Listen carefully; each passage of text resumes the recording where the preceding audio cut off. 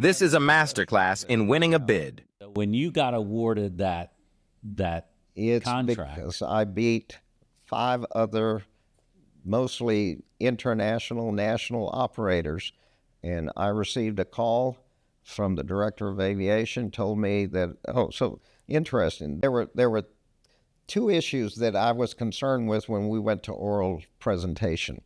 And I had a promise from the chairman that if I ever needed some financial help, I could go to him. So I went to him after this gentleman told me I wasn't going to be their partner, and I said, I'm going to bid on Love Field. I don't know how much money, but I'll figure it out. Will you help me? He says, well, I told you I would. So I figured out I needed $5 million. And so I had a letter of credit from Texas Commerce Bank for $5 million. I had nailed down Pizza Hut and Chili's and all these other. And so at orals, myself and the other competitors each were given an hour and a half. There were 2 issues I didn't know how to answer. One was you don't have any airport experience. The other one was what happens when the $5 million runs out. And so when I was going up the escalator to Old Love Field to the conference room, I saw how messy the restaurants there were, how unkempt the employees were, how mops were out in public and things that I would never allow. So toward the end of this oral presentation, one person raises their hand and asks me, Gilbert, you don't have any airport experience. Why should we trust you? I said, let's go down this escalator and I'll show you what 37 years of airport experience has brought you.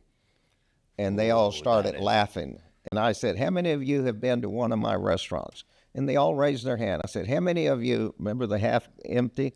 How many of you have ever had a glass half empty of water or soft drink or whatever, iced tea? None. I said, so you know I'm a good operator. You want to go see what 37 years of airport operation brings you? Go down and look at your units. Well, that's why we're here.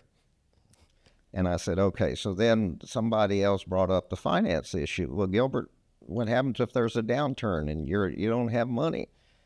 I had no idea how to answer that. I had to have a burger concept. So I cold called McDonald's corporate, left a message for whoever deals with non-traditional to get in touch with me because I would like to use McDonald's at Love Field. Judith Van Houten, she flew down the next day from my phone call. This is right after Mark Rickoff told me I'm not going to be his partner.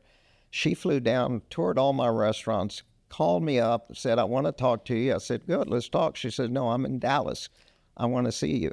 She said, you left me a 5-minute voice message and I think you can win.